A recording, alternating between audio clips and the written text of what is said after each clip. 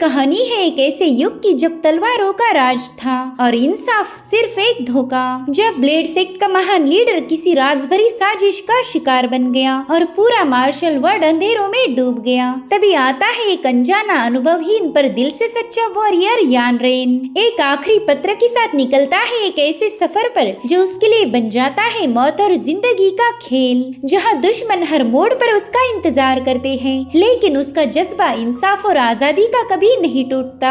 जब पूरी दुनिया छुपी हुई नफरत और झूठी राइचियसनेस से जूझ रही थी, तभी यान रेन उठाता है अपना खुद का झंडा चेंग फेंग बैंग यानी राइड द ब्लेड क्लैन और शुरू करता है एक क्रांति, एक जंग असली इज्जत और आजादी के लिए। तो कहानी की शुरुआत होती एक नरेटिंग वॉइस के साथ, जो कि हमें बता रही थी कि नॉर्दर्न विल्डरनेस के मोयुन कल्ट ने साउथ पर अटैक कर दिया।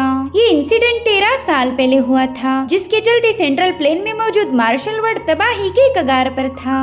उस वक्त युन जिंगशान नाम का एक पावरफुल तलवारबाज अचानक से इमर्ज हो गया। उस जाबाज योद्धा ने अकेले ही मोयुन कल्ट की धज्जियां उड़ा दी और उसके इसी करतब को देखकर उसे ब्लेड मास्टर इस टाइटल से नवाजा गया। इस बैटल के बाद मार्शल वर्ल्ड पूरी तरह से राइचियस पाथ को फॉलो करने वाले चेनफिंग पवेलियन के अंडर में आ चुका था। तो इस तरह से चेनफिंग पवेलियन इस मार्शल आर्ट दुनिया का सबसे बड़ा सेक्ट बन चुका था। लेकिन बदलते मौसम के साथ चेनफिंग पवेलियन के रंग भी बदलने लगे। उन्होंने अब अपने फायदे के लिए काम करना शुरू किया था, जिसके चलते एक जमाने में राइचियस पाथ को फॉलो करने वाला चेनफिंग पवेलियन अब एक इवल सेक्ट बन चुका है। एक वक्त पर चेनफिंग पवेलियन इस मार्शल आर्ट की दुनिया का प्रोटेक्टर था, मगर आज वो उनके लिए एक बहुत बड़ा खतरा बन चुका है, जिसके चलते मार्शल आर्ट की दुनिया एक बार फिर से क्योस के अंधेरों में धकेली जाएगी। यहाँ पर खून की नदियाँ बहेगी। तो अब इसी बैकग्राउंड इंफॉर्मेशन के साथ इस कहानी की शुरुआत होती है। यहाँ पर हमें एक एंशिएंट टेम्पल दिखाया गया, जो कि कई सालों से बंद पड़ा था, लेकिन आज वहाँ पर एक योद्धा जख्मी हालत में अपने डिसाइपल को लेकर पहुँच गया।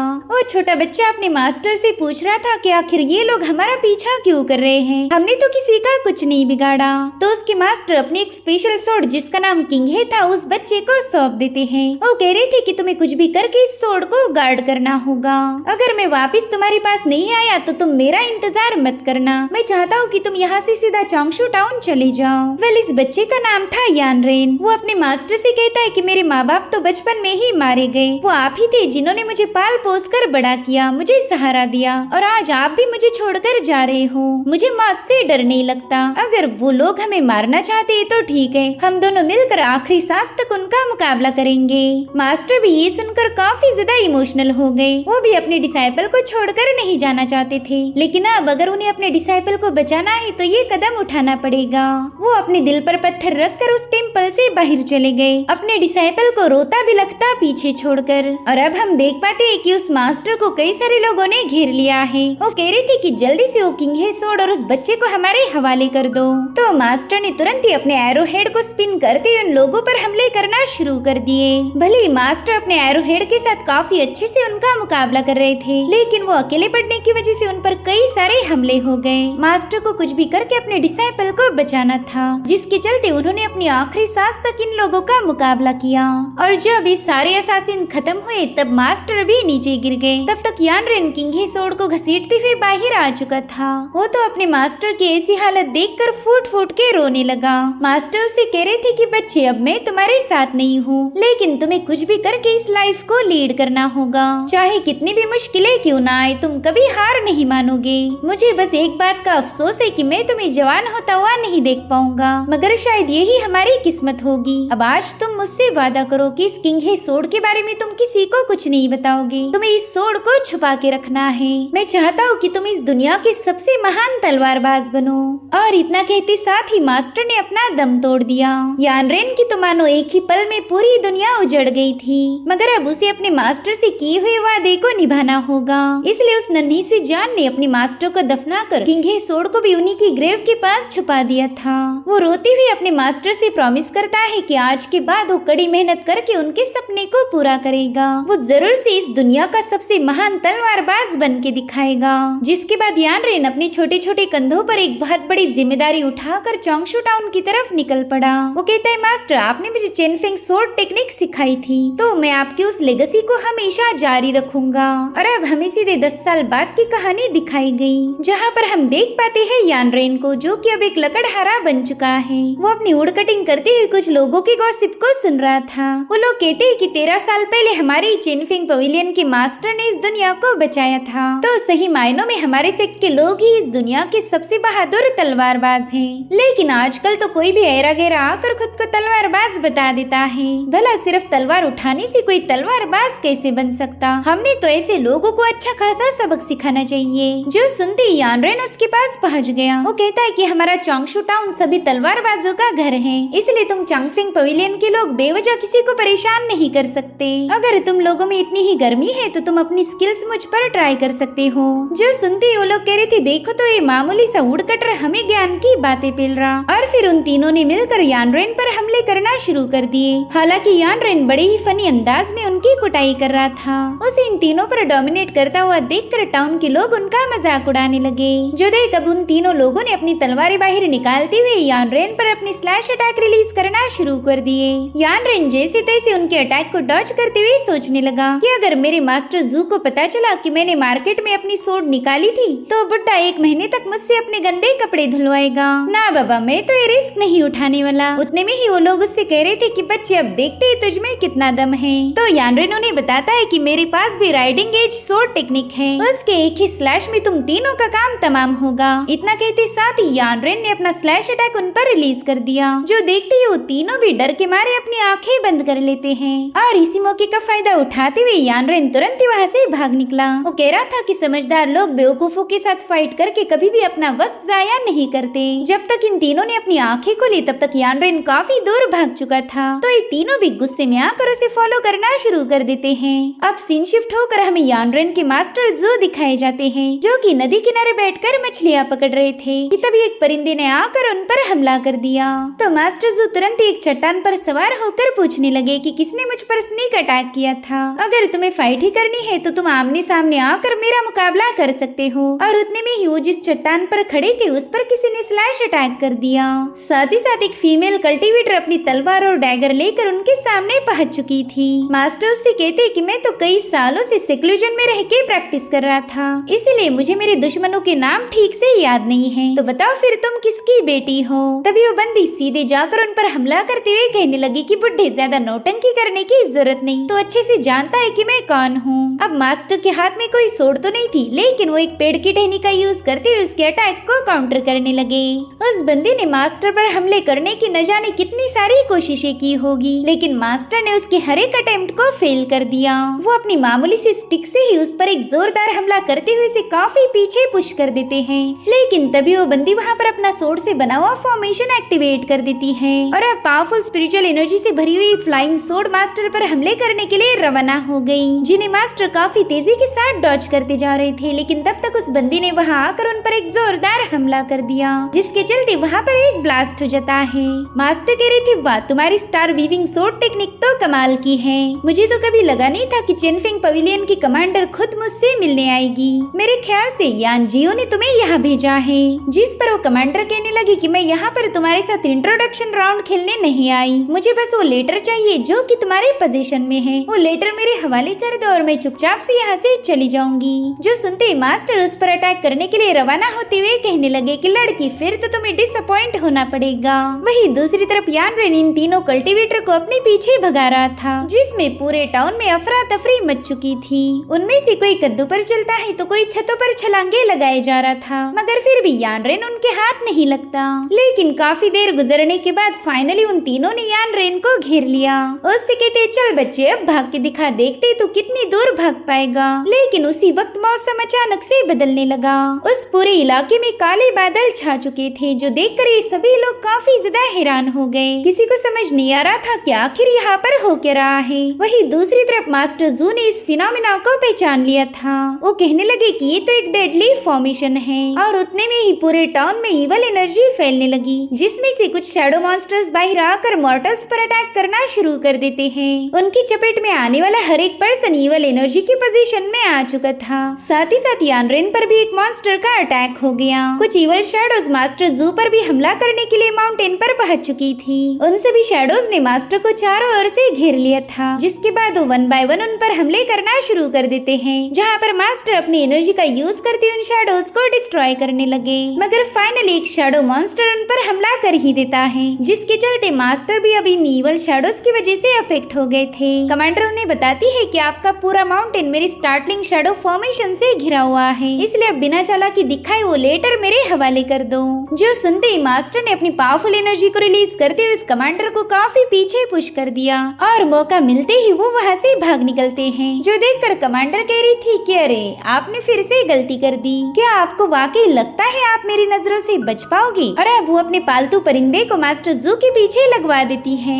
इधर यानरिन अपने दुश्मनों को पोक करके उठाने की कोशिश करता है, मगर वो सभी लोग बेहोश हो चुके थे। साथ ही यानरिन ये देखकर काफी ज्यादा हैरान हो गया कि उन ईवल शैडोज के कांटेक्ट में आने वाला हर एक पर्सन बेहोश हो चुका है। यहाँ का नजारा देखकर यानरिन काफी ज्यादा पैनिक हो गया। साथ ही उसे अपने मास्टर जू की भी फिक्र हो रही थी, इसलिए वो तुरंत ही अपने घर की तरफ रवाना हो गया। जैसे वो घर पहुंचा, वो देखता है कि मास्टर जू की हालत भी काफी ज्यादा खराब है। मास्टर सरप्राइज होकर कहने लगे कि बच्चे तुम पर तो कोई असर नहीं हुआ, जिस पर यानरिन बताता है कि हाँ इस बात से तो मैं भी काफी ज्यादा सरप्राइज्ड हूँ। शैडो मॉन्स्टर के अटैक की वजह से टाउन के सभी लोग बेहोश हैं, लेकिन मुझ पर तो उनका कोई असर नहीं हुआ। तो मास्टर से कहते कि वहाँ पर पत्थर के नीचे मैंने एक लेटर छुपा के रखा है, जाओ जल्दी से उस लेटर को मेरे पास लेकर आओ। तो यानरिन अपने मास्टर की बात मानते हुए तुरंत ही उस लेटर को ऑब्टेन कर लेता है। मास्टर जू यानरिन को बताते हैं कि ये लेटर काफी ज्यादा इम्पोर्टेंट है, तुम्हें कुछ भी करके इसे ईस्टर्न सी में मौजूद शुआनजेन सेक्ट के लीडर ली सुवेई तक पहुंचाना होगा।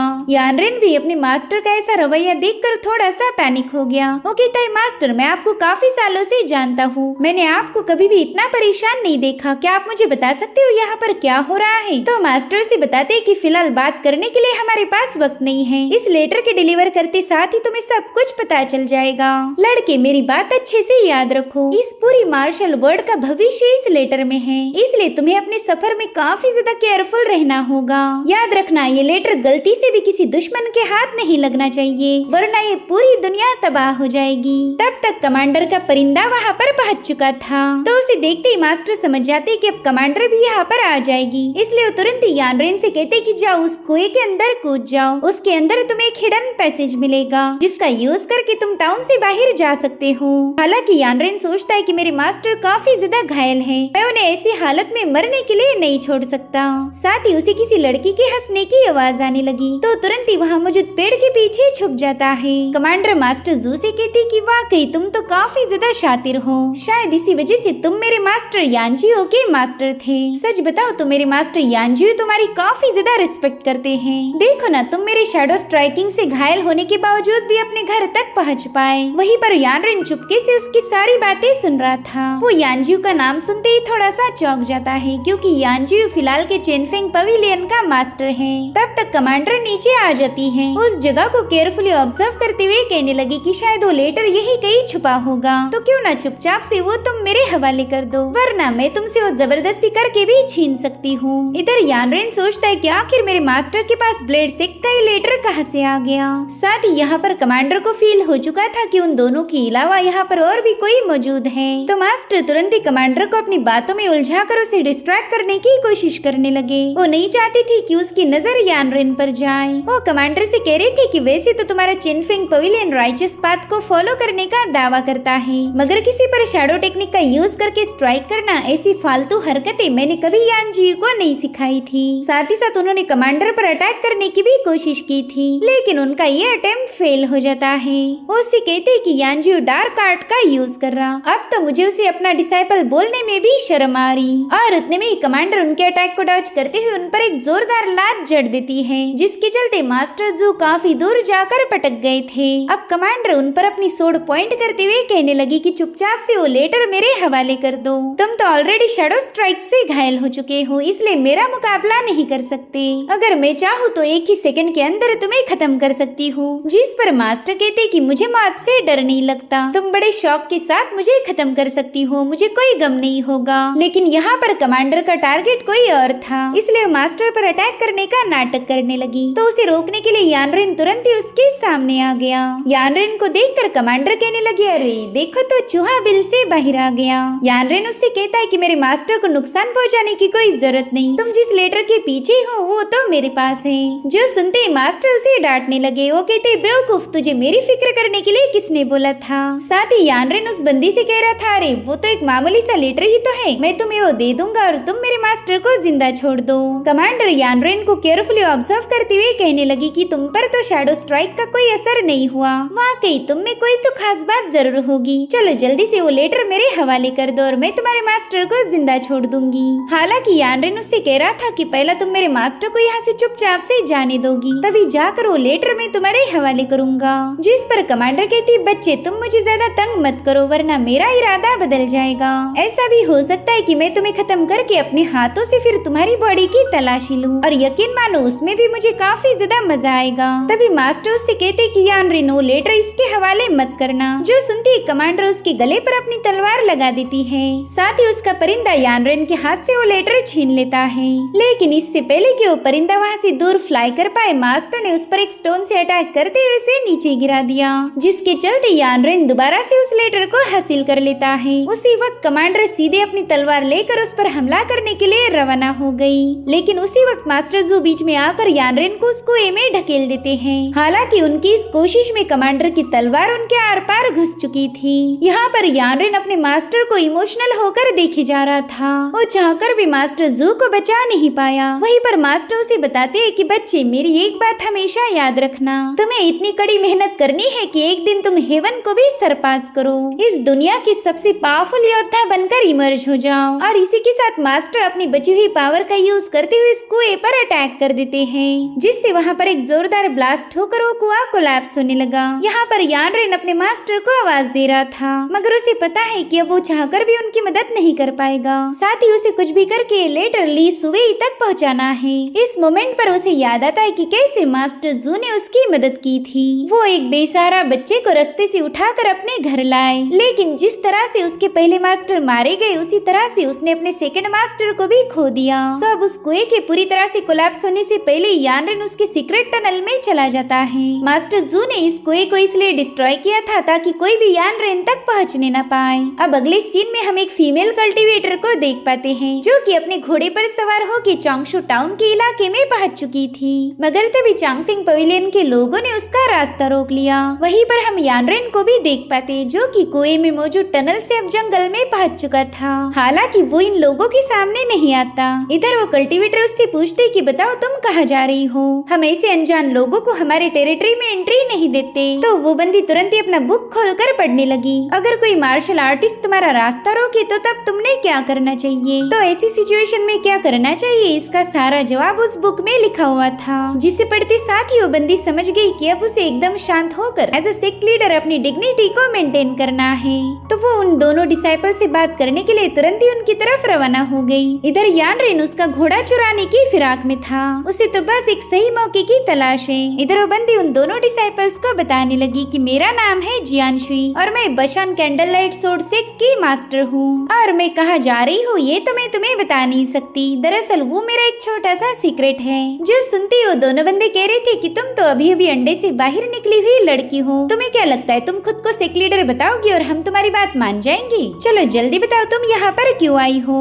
अब इस पर क्या जवाब दिया जाए, इसके लिए भी वो बंदी अपनी बुक चेक करती है। उसमें लिखा था कि अगर कोई तुम्हें उकसाने की कोशिश कर रहा हो तो उससे बात मत करो, बल्कि सीधे अपनी सोड को बाहर निकाल लो। इधर यानरेन भी उसकी हरकतें देखकर काफी ज्यादा कंफ्यूज था। वो सोचता है कि ये बंदी कोई भी एक्शन लेने से पहले वो किताब पढ़ती है। ऐसी से एक लीडर तो मैंने आज तक नहीं देखी। वहीं पर चांगफिंग पवेलियन के डिसाइपल सीधे उस पर अटैक करने के लिए चले जाते हैं, मगर जियानशुई ने अपने एक ही कूल स्लैश अटैक के साथ उन दोनों को निपटा दिया था। जिसके बाद वो अपनी सोड को मैन में रखते हुए अपने घोड़े को बुलाने लगी, मगर उसका घोड़ा तो गायब है। वेल उसका घोड़ा तो यानरेन के पास था। यानरेन उससे कहता है कि मेरे भाई प्लीज मेरे साथ कोऑपरेट कर, आज मुझे तेरी मदद की काफी ज्यादा जरूरत है। लेकिन जियानशुई की विसल बजाते ही वो घोड़ा पूरी तरह से बौखला गया। उसने यानरेन को सीधे अपने पीठ से नीचे फेंक दिया था।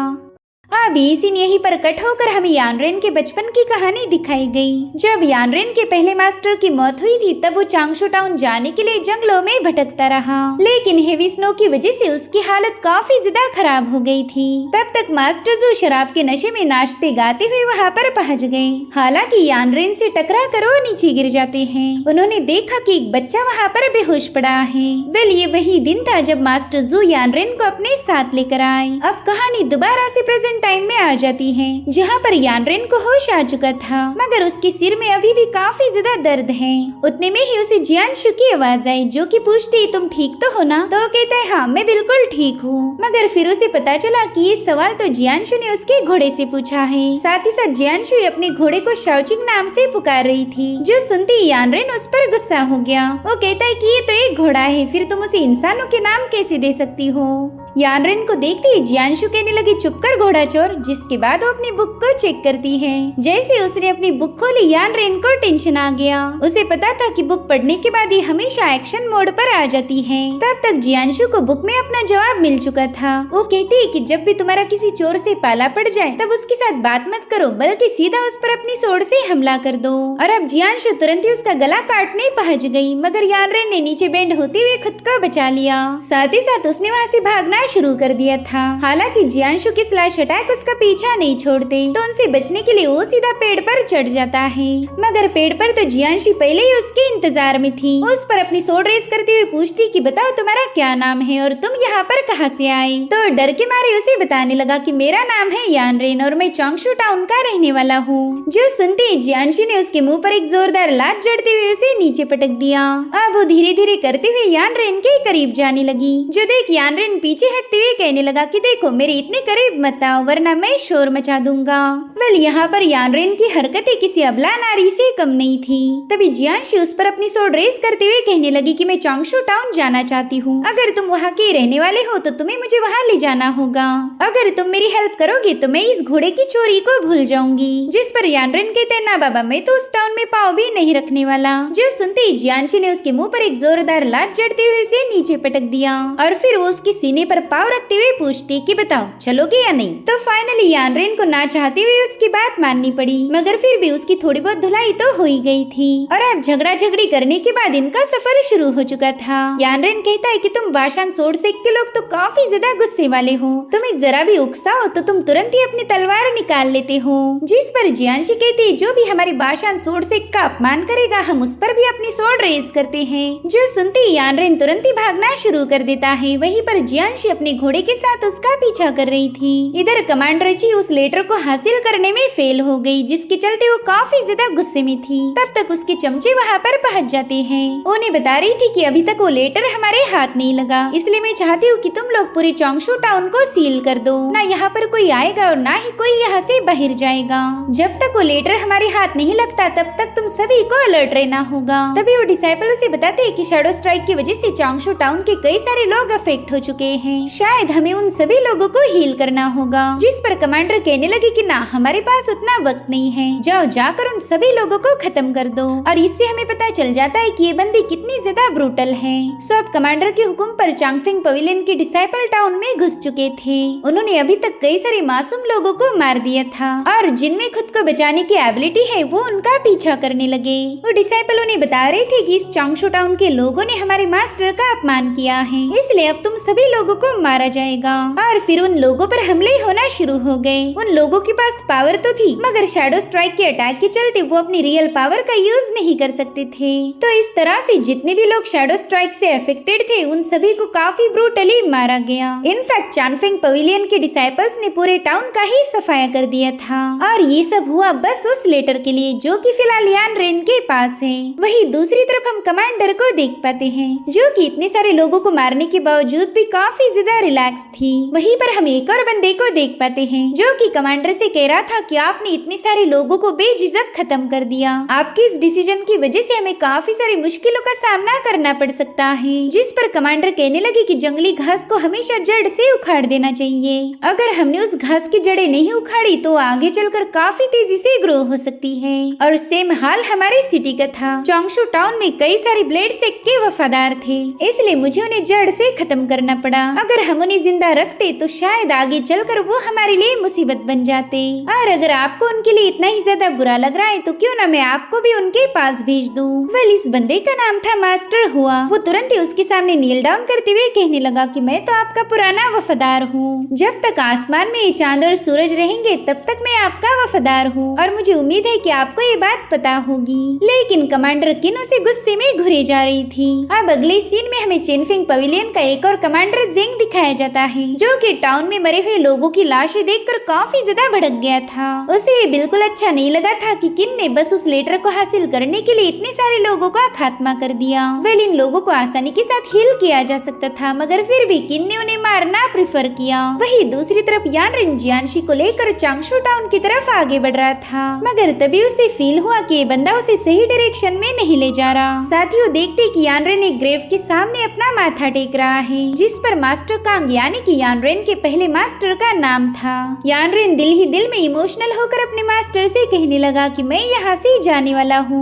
पता नहीं आपसे दोबारा मुलाकात तब हो गई कि उतने में ही जियांशी ने उसके कंधे पर अपनी सोड रख दी। वो उसे गुस्से में कहने लगी कि तुम मुझे गलत डायरेक्शन में ले जा रहे हो, ये रास्ता बिल्कुल भी चांगशू टाउन के लिए नहीं जाता। जिस पर यानरिन कहता है, फेरी मैं आपसे झूठ नहीं बोलूंगा, दरअसल मैं यहाँ पर अपने मास्टर को अलविदा कहने आया था। चानफिंग पवेलियन ने हमारे चांगशू टाउन पर अटैक किया था, जिसमें कई सारे लोग मारे गए और इसी वजह से मैं वो टाउन छोड़कर जाने वाला हूँ। मगर जियांशी को उसकी बातों पर यकीन नहीं होता। वो कह रही थी कि अपनी बकवास बंद करो, चानफिंग पवेलियन हमारी इस मार्शल वर्ल्ड का लीडर है, तो तुम उस राइचस पाथ को फॉलो करने वाले पवेलियन पर ऐसे इल्जाम नहीं लगा सकते। मैं अच्छे से जानती हूँ कि ये भी तुम्हारी कोई नई चाल होगी। और फिर जियांशी ने तुरंत ही अपनी रोप बाहर निकाली तो यानरिन उससे कहता है कि मैं खामोश हूँ, इसका मतलब ये तो नहीं कि मैं पावरलेस हूँ। तुम लड़की हो इसलिए मैं तुम्हारे साथ तमीज से बात कर रहा था, लेकिन अब तुम्हें इस यानरिन की पावर का अंदाजा हो जाएगा। जिसके बाद वो अपनी कुंफू पोजीशन में आकर अपने मुंह से अजीब सी आवाजें निकालने लगा,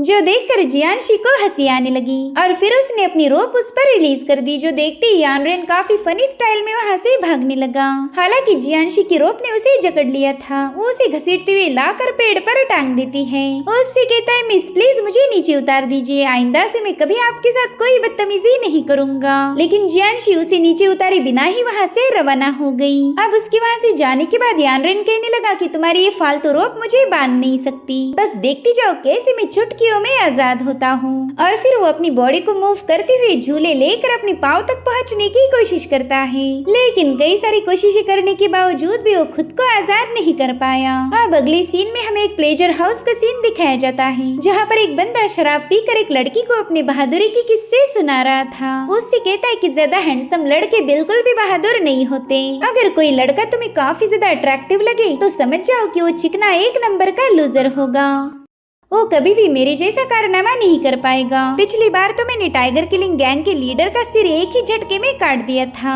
दरअसल उसकी कटी हुई गर्दन रोल करते हुए एक हैंडसम बंदे के पाँव के पास पहुंच गई थी, तो उसे देखते साथ ही उस बंदे ने अपनी पतलून गीली कर दी, जो सुनती वो लेडी काफी ज्यादा हंसने लगी। मगर उसका पूरा ध्यान था उसके सामने मौजूद हैंडसम बंदे पर, जो कि उसे देखकर आंख मारने लगा। दरअसल ये पर्सन एक आर्टिस्ट है और इसे उसी कटी हुई गर्दन को ड्रॉ करने के लिए हायर किया गया था, मगर उसे हैंडसम लोगों पर किए हुए कमेंट बिल्कुल भी पसंद नहीं आए, जिसके चलते उन दोनों में फाइट शुरू हो गई थी। वेल, इस बंदे का नाम था शाओ और इसका ब्रश ही इसका मैजिकल वेपन है। इधर वो बंदा अपना स्पीयर लेकर शाओ की तरफ भागने लगता है, जो देख शाओ ने अपने स्पिरिचुअल ब्रश से उस पर एनर्जी अटैक करना शुरू कर दिए, तो उस बंदे ने अपना स्पीयर ही शाओ की तरफ थ्रो कर दिया। मगर शाओ बड़े ही कूल अंदाज में उस पर एक लात जड़ते हुए स्पीयर सीधा उस बंदे के आर पार घुसा देता है। शाओ ने उस बंदे के स्पीयर का ही यूज करके उसे मार दिया था। इधर पूरा दिन गुजरने के बाद रात हो गई, मगर फिर भी यानरिन खुद को आजाद नहीं कर पाया था। वो जोर जोर से रोते हुए मदद की गुहार लगा रहा था, मगर वहाँ पर कोई नहीं जो उसकी आवाज सुन सके। इसलिए वो अपने मास्टर से कहता है, देखो आपका ये लेजेंडरी ब्लेड मास्टर कैसा पेड़ से उल्टा टंगा है। आपके डिसाइपल को इस दुनिया का महान योद्धा बनना था, मगर देख लो मेरी हालत में, तो यहाँ पर भूखा प्यासा मारा जाऊंगा। मास्टर मुझे माफ कर देना, मैं आपके सपनों को पूरा नहीं कर पाऊंगा। और उतने में उसे याद आता है कि अरे मेरे पास तो एक सोड भी है, तो तुरंत ही अपनी सोड को निकाल कर रस्सी को काट चुका था और अब आजाद होते ही उसका पूरा लहजा ही बदल गया। अभी तक रोने वाला यान रेन अब बड़ी बड़ी बातें फेंक रहा था। वो कह रहा था कि उस मेंढक की शक्ल वाली लड़की को लगा था कि वो मास्टर यान को यहाँ पर ट्रैप कर पाएगी, लेकिन उसे क्या पता कि उसने गलत बंदे से पंगे लिए। अब अगर उसे जिंदा रहना है तो गलती से भी मेरे सामने ना आ जाए, वरना मैं उसे ऑन द स्पॉट मार दूंगा। अब यान रेन वहाँ से जाने वाला था कि तभी कमांडर जेंग वहाँ पर अपने कुछ डिसाइपल्स को लेकर पहुँच गया। वो यान को ग्रीट करते हुए बताने लगा कि मैं राइचस चेनफिंग पवेलियन का कमांडर हूँ, मुझे तुम्हारे साथ कुछ जरूरी बात करनी है, तो क्या तुम हमारे साथ चल पाओगे? तुम्हारी हम काफी अच्छे से मेहमान नवाजी करेंगे। जिस पर यान रेन कहता है किडनैपिंग को मेहमान नवाजी का नाम कब से दिया जाने लगा? तो कमांडर जेंग उससे कहता है कि तुम पर शैडो स्ट्राइकिंग का कोई असर नहीं हुआ था, जरूर से इसमें कोई मिस्ट्री छुपी होगी, इसलिए मेरे मास्टर तुमसे मिलना चाहते हैं। जैसे ही हमें इसके पीछे की वजह पता चलेगी मैं खुद होकर तुम्हें तुम्हारे घर तक एस्कॉर्ट करूंगा। जिस पर यान रेन उसे गुस्से में कहने लगा कि घर तो मैं तभी जाऊंगा जब मेरे पास घर होगा, तुमने तो मुझसे मेरा सब कुछ छीन लिया, मेरे मास्टर को बेरहमी से मार दिया गया, तो भला मैं उस मनहूस टाउन में क्यों जाऊंगा? वही दूसरी तरफ मास्टर हुआ कमांडर किन को बता रहा था कि कमांडर जेंग काफी ज्यादा नेक दिल है, मुझे ऐसा बिल्कुल नहीं लगता कि वो यान रेन को कैप्चर करके यहाँ लाएगा। इनफैक्ट चांसेस है कि कमांडर जेंग ही उसकी यहाँ से भागने में मदद करे। जिस पर किन कहने लगी कि चांगशु टाउन पूरी तरह से तबाह हो चुका है, अब इसका इल्जाम किसी न किसी पर तो लगाना ही होगा, इसलिए मैंने डिसाइड किया है कि हम यान रेन का ही नाम आगे करेंगे। सबको ये बताया जाएगा कि इसी बंदे ने शैडो स्ट्राइकिंग का यूज करते हुए पूरे टाउन को डिस्ट्रॉय कर दिया। वही दूसरी तरफ हम यंग मास्टर शाओ को देख पाते हैं, जो कि सेंट्रल प्लेन का सबसे मशहूर बाउंटी हंटर था। प्लेजर हाउस की बंदी उसे बताती है कि फिलहाल चानफिंग पवेलियन ने एक यंग लड़के पर काफी बड़ा इनाम रखा है, आप तो इतने ज्यादा पावरफुल हो कि उसे कैप्चर करना आपके लिए जरा भी मुश्किल नहीं होगा। लेकिन चानफिंग पवेलियन का नाम सुनते ही शाओ ने इस काम के लिए मना कर दिया। वो कह रहा था कि एक यंग लड़के के पीछे भागने की बजाय मैं एक खूबसूरत लड़की को देखना पसंद करूंगा। वेल, इस लड़की का नाम था जियो और शाओ के मुंह से तारीफें सुनकर वो काफी ज्यादा शर्माने लगी। वो कह रही थी यंग मास्टर, अगर आपको ये काम पसंद नहीं आया तो मेरे पास आपके लिए एक और बिजनेस प्रपोजल है, मेरे ख्याल से ये वाला आपको काफी ज्यादा इंटरेस्टिंग लग सकता है। जिस पर शाओ से फ्लर्टी अंदाज में कहने लगा कि इस दुनिया में तुमसे ज्यादा इंटरेस्टिंग चीज तो कोई हो ही नहीं सकती, और उतने में जियो से धीरे से शैडो ब्लेड वेई का नाम बताती है। अभी वेई नाम का पर्सन एग्जैक्टली कौन है इसके बारे में हमें फिलहाल कोई इन्फॉर्मेशन नहीं दी गई। आप सीन शिफ्ट होकर हम जियानशी को देख पाते हैं, जो कि चानफिंग पवेलियन के डिसाइपल्स को टॉर्चर करते हुए पूछ रही थी कि बताओ चांगशु टाउन का रास्ता कौन सा है, मगर वो लोग तो उसे कोई इन्फॉर्मेशन देने के लिए तैयार नहीं थे। इनफैक्ट अब तो वहाँ पर कई सारे और डिसाइपल पहुँच गए, जिन्होंने जियानशी को चारों ओर से घेर लिया था। उससे कहते कि लड़की ये हमारी चानफिंग पवेलियन की टेरिटरी है और तुमने यहाँ पर घुसकर हमारे डिसाइपल पर अटैक करने की हिम्मत दिखाई। जिस पर जियानशी कहती है कि मैंने तो सुना था चांगशु टाउन सभी तलवारबाजों के लिए एक होली सिटी है, फिर आखिर तुम चानफिंग पवेलियन के लोग मुझे वहाँ पर जाने क्यों नहीं दे रहे? तो उनमें से एक सीनियर डिसाइपल कहने लगा कि हम चानफिंग पवेलियन के लोग हैं, इसलिए हमें किसी के सवालों का जवाब देने की कोई जरूरत नहीं, और वैसे भी तुम काफी ज्यादा खूबसूरत हो, तो उस टाउन में जाने की बजाय क्यों ना तुम हमारे साथ मजे करो। जो सुनते ही जियानशी ने हवा से भी तेज रफ्तार के साथ सीधे जाकर उस बंदे का गला काट दिया। अब अपनी सीनियर की मौत को देखकर वो बाकी के डिसाइपल भी जियानशी पर हमला करने की कोशिश करते हैं, लेकिन वो अकेले ही उन सब पर भारी पड़ गई थी। उसने अपने लोटस सोड इंटेंट का यूज करते हुए इन सभी डिसाइपल्स को बुरी तरह से घायल कर दिया था। साथ ही वो सोच में पड़ गई कि जिस चानफिंग पवेलियन को राइचस पाथ का नंबर 1 सेक्ट माना जाता है, उसके डिसाइपल ऐसी वाहियात हरकतें कैसे कर सकते। इसलिए वो तुरंत ही अपने घोड़े पर सवार होकर वहाँ से निकल पड़ी। उसे अब यहाँ हो रही बैटल में और इन्वॉल्व नहीं होना था, मगर चानफिंग पवेलियन के डिसाइपल उसका पीछा करने लगे। वही दूसरी तरफ यान रेन चानफिंग पवेलियन के ही डिसाइपल से निपट रहा था। वो लोग उससे कहते, बच्चे तुम इन सब्जी काटने वाली ब्लेड से हमें मार नहीं सकते, ये तो आलू प्याज काटने के लिए एक बेहतरीन मटेरियल है। उतने में ही यान रेन गुस्से में आकर कमांडर जेंग पर अटैक करना शुरू कर देता है, लेकिन कमांडर जेंग के लिए उसके अटैक को रोकना कोई बड़ी बात नहीं थी। वो बड़ी ही आसानी के साथ यान रेन के हमलों को रोकते हुए उसे हवा में उछाल देते हैं। इसी मौके का फायदा उठाते हुए यान रेन ने अपनी तलवार से जेंग पर हमला कर दिया, लेकिन कमांडर जेंग के स्पिरिचुअल ब्रश के एक ही ब्लो में वो काफी दूर जाकर पटक जाता है। यान रेन की ऐसी हालत देखकर जेंग के साथ आए हुए डिसाइपल उसका मजाक उड़ाने लगे, जिसके बाद जेंग के एक ही इशारे पर उन्होंने यान रेन पर हमले करना शुरू कर दिए। उन सब ने मिलकर उसे काफी बुरी तरह से धोना शुरू कर दिया था और तभी एक बंदे ने उसे बुरी तरह से चोक करते हुए उसकी मास्टर की ग्रेव के सामने पटक दिया। यहाँ पर यानरेन अपने मास्टर से कहता है कि मुझे माफ कर दीजिए, लेकिन आज मुझे इस सोड का यूज करना ही होगा।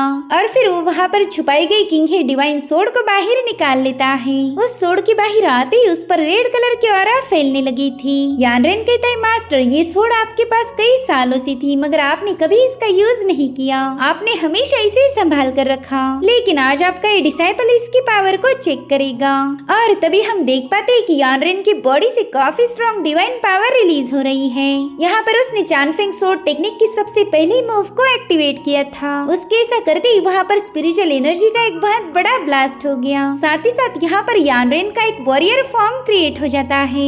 इस डिवाइन फॉर्म को देखकर तो वहाँ मौजूद डिसाइपल के पसीने छूट गए। साथ ही यानरेन बड़ी गुस्से में उनकी तरफ आगे बढ़ते हुए कहने लगा कि आज तुम लोगों की खून से ही मेरी ब्लेड का अभिषेक होगा। और फिर उसने अपने बड़े ही भयानक अंदाज में स्लैशेस रिलीज करते हुए उन डिसाइपल्स को मौत के घाट उतार दिया। बस कुछ ही पलों में यानरेन ने उन सभी को खत्म कर दिया था, जो देखकर कमांडर जिंग काफी ज्यादा हैरान हो गए। वो कहते हैं कि इस बंदे के पास तो सोड डीमन पोजीशन की टेक्निक है। और तभी यानरेन उसे धमकी देता है कि मैं तुम्हें भी खत्म कर दूंगा। और उतने में यानरेन काफी तेजी के साथ कमांडर जिंग पर अटैक कर चुका था, मगर जिंग अपने स्पिरिचुअल ब्रश का यूज करते हुए इसके अटैक को रोकने लगा। वो इतना तो समझ गया था कि इस ब्लेड में डिमोनिक पावर्स है, जो कि अब इस बंदे को पजेस कर चुकी।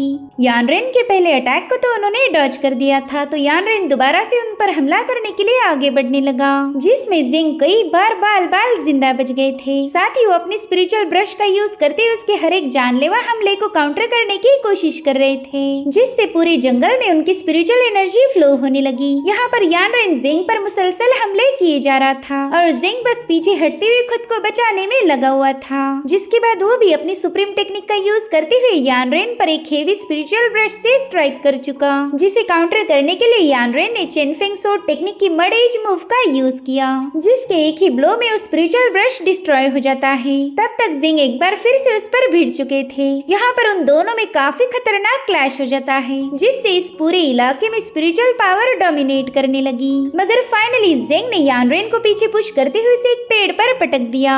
किंग हे ब्लेड में मौजूद डिमोनिक पावर्स की वजह से यानरेन काफी ज्यादा कंफ्यूज था कि आखिर उसके साथ हो क्या रहा है। उसका खुद पर जरा भी काबू नहीं होता। साथ ही वो देखता है कि कमांडर जिंग उसकी तरफ आगे बढ़ रहा, इसलिए वो इरिटेट होकर कहने लगा कि मास्टर, मैं इस जगह से जाना चाहता हूँ। जो सुनते ही वो सोड अपने आप एक्टिवेट होकर यानरेन को वहाँ से ले जाने लगी, जो कि काफी ज्यादा सरप्राइजिंग था। ऐसा लग रहा था मानो इस सोड में खुद का एक इंटेलिजेंस हो। वहीं दूसरी तरफ हम जियानशी को देख पाते, जो कि अभी भी चानफेंग पवेलियन के लोगों से अपना पीछा छुड़वाने में लगी हुई थी। साथ ही वो अपने घोड़े से कहती कि शायद वो यानरेन एकदम सच बोल रहा था। इस राइचस सेक्ट के लोग तो वाकई काफी ज्यादा कमीने हैं। मास्टर ने मुझे पहले ही ऑर्डर दिया था कि यहाँ आकर मैं कोई मसले खड़े नहीं कर सकती, वरना तो अभी तक मैं इन सबको मार देती। और उतने में यानरेन की सोड ने उसे जियांशु के सामने लाकर पटक दिया।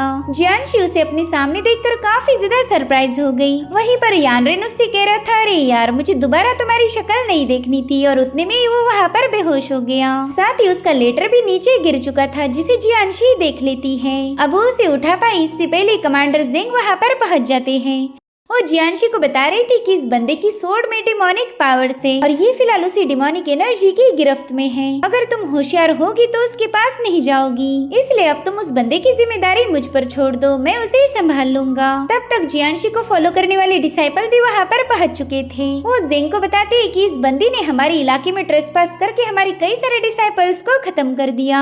आप इस बंदी को बिल्कुल भी यहाँ से जाने मत दीजिए। वहीं पर जियांशी को यानरेन के लिए काफी ज्यादा बुरा लग रहा था। वो सोचती कि इस बंदे ने मुझे हकीकत पहले ही बता दी थी, लेकिन मैंने इस पर यकीन नहीं किया। अगर मैं इसे पेड़ से नहीं बांधती तो शायद ये यहाँ से चला जाता, और अब ये मेरी वजह से इस मुसीबत में फंस चुका है, इसलिए मैं इसे अकेला नहीं छोड़ सकती। जिसके चलते जियांशी ने तुरंत ही अपनी सोड बाहर निकाल ली। वो जिंग से कहती कि मेरे होते हुए तुम इस बंदे को हाथ भी नहीं लगा सकते। तो जिंग भी उसे अपना स्पिरिचुअल वेपन शो करते हुए कहने लगा कि एक बार फिर से सोच लो, मेरे इतने सारे डिसाइपल्स है और तुम यहाँ पर अकेली हो, क्या वाकई तुम ये रिस्क उठाना चाहोगी? जेंग की ये धमकी जियांशी को बिल्कुल भी पसंद नहीं आई थी, इसलिए वो तुरंत ही अपनी ब्लेड से बहुत ही स्ट्रॉन्ग ऑरा रिलीज करने लगी, जो कि काफी तेजी के साथ उस पूरी जगह में फैल चुकी थी। जेंग तो ये देखकर ही हैरान हो गया कि इस बंदी के पास इल्यूमिनेशन सोर्ड है, यानी कि कल्टीवेशन की काफी ज्यादा हायर लेवल पर पहुंच चुकी थी। तो जेंग सोचता है कि फिलहाल हमारे चानफिंग पवेलियन ने पावरफुल दुश्मनों से पंगे नहीं लेने चाहिए, इससे आगे चलकर काफी ज्यादा खून खराबा होगा। तो उस ब्लड शेड को रोकने के लिए जेंग पीछे हट गया, इसलिए वो अपने डिसाइपल्स को हुक्म देता है कि इन दोनों को चुपचाप से यहाँ से जाने दो। अब अगली सीन में हम देखते हैं कि कमांडर किंग ने जेंग के कुछ लोगों को खत्म कर दिया है, जो देखकर जेंग उस पर काफी ज्यादा भड़क गए थे। किंग जेंग से कहती है कि तुम अच्छे से जानते थे कि वो लेटर हमारे चेनफिंग पवेलियन के लिए कितना ज्यादा इम्पोर्टेंट था, लेकिन फिर भी तुमने यानरेन को उस लेटर के साथ वहाँ से भागने दिया। अब तो मुझे तुम्हारे इरादों पर शक हो रहा है। जिस पर जेंग गुस्से में जवाब देते कि वो तो ब्लेड सेक्ट ने भेजा हुआ एक मामूली सा लेटर था, मगर फिर भी उस लेटर को हासिल करने के चक्कर में तुमने पूरे चांगशो टाउन को साफ कर दिया। न जाने कितने सारे मासूम लोगों का खून बहाया गया। सच बोला जाए तो मुझे तुम्हारे ही इरादों पर शक हो रहा है। जो सुनते ही कमांडर किन हंसने लगी। वो कह रही थी कि तुम्हारे लिए वो बस एक मामूली सा लेटर था, मगर क्या तुमने अपने इस डिसाइपल की बात नहीं सुनी? इसने बताया था कि यानरेन की पावर अचानक से ही बढ़ चुकी थी। क्या तुम्हें नहीं लगता ये उस लेटर का कमाल होगा? जिस पर जेंग गुस्से में कहने लगा कि तुम अपनी बकवास बंद करो, यानरेन एक मामूली सा बंदा है, भला उसका और हमारे पवेलियन की तबाही का क्या कनेक्शन? तुम तो बस अपनी ब्लड थर्स्ट को मिटाने के लिए मासूमों को मारना चाहती हो, और बहाने के लिए तुमने यानरेन का नाम लिया। यानरेन तो बस तुम्हारे लिए एक छोटा सा एक्सक्यूज है। साथ ही वो कर्टन के पीछे बैठे हुए अपने मास्टर से कहने लगे कि ये बंदी यहाँ पर अपनी मर्जी चला रही, इसने कई सारे मासूमों का खून किया है, क्या आप इस पर कोई एक्शन नहीं लोगे? लेकिन मास्टर इस पर कोई जवाब नहीं देता। वहीं पर कमांडर किन जेंग से कहने लगी कि अब तुम आउटसाइडर्स के साथ मिल चुके हो, साथ ही तुमने हमारे मास्टर का भी अपमान किया, मगर अब मैं तुम्हें खत्म करके तुम्हारी पोजीशन को खाली कर दूंगी, ताकि ये किसी काबिल बंदे के हाथ में जाए। तब तक किन उन पर अटैक करने के लिए उनके एकदम करीब पहुंच चुकी थी, मगर उतने में ही उन्हें मास्टर की आवाज आती है कि जहाँ हो वहीं रुक जाओ। जो सुनते ही जेंग ने अपना वेपन ड्रॉप कर दिया। वहीं पर किन को भी रुकना पड़ा था, और उतने में मास्टर ने इवल शैडोज का यूज करते हुए जेंग पर हमला कर दिया।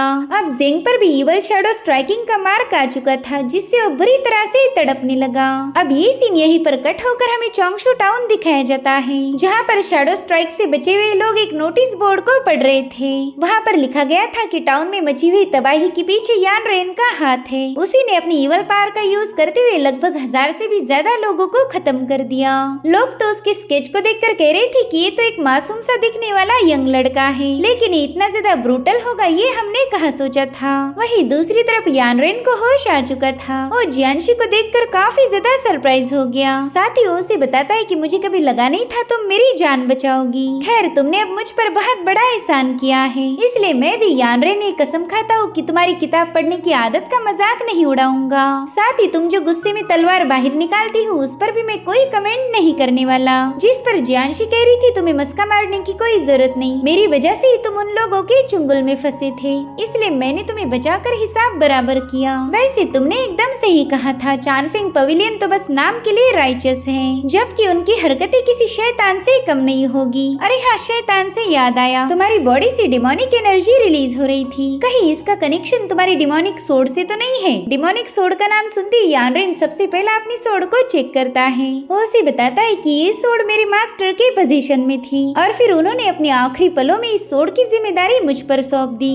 तो जियांशी यानरेन से उस सोर्ड के बारे में और ज्यादा इंफॉर्मेशन पूछने लगी, जिस पर वो कहता है कि इस सोर्ड का नाम है किंग हे डिवाइन सोर्ड। इसे मेरे मास्टर के एंसेस्टर ने जनरेशन टू जनरेशन पास किया। इनफैक्ट मेरे मास्टर ने हमेशा इस सोर्ड को प्रोटेक्ट किया, लेकिन 10 साल पहले जब हम नॉर्दर्न रीजन से चोंगशू टाउन में आ रहे थे तभी हम पर रास्ते में अटैक हो गए। उस वक्त सिर्फ मुझे बचाने के लिए मेरे मास्टर ने दुश्मनों के हाथों खुद को सैक्रिफाइस कर दिया।